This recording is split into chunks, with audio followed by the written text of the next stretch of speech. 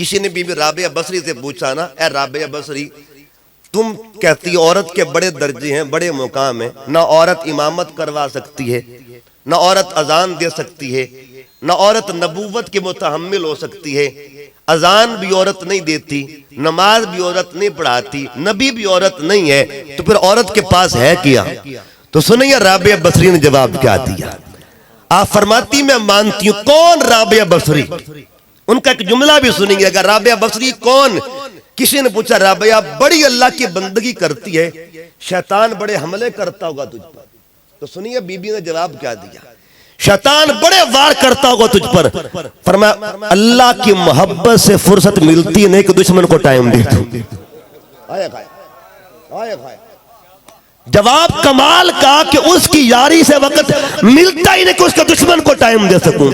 میں کوئی any valley اللہ کو دشمن کو ٹائم دوں، اس کی محبت سے فرصت ملتی ہی نہیں مجھے۔ یہ رابعہ بصری کا جواب تھا۔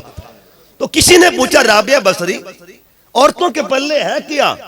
نہ عورت امامت کروائے، نہ عورت اذان دے، عورت کرتی کیا ہے؟ تو سنیے رابعہ نے جواب کیا دیا۔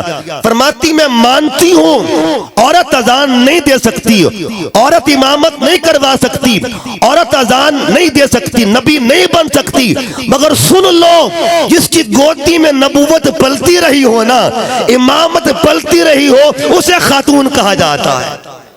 جس نے نبیوں کو پالا ہو، اماموں کو پالا ہو، جس نے بڑے بڑے ولیوں کو جس نے پالا ہو، اسے خاتون کہا جاتا ہے۔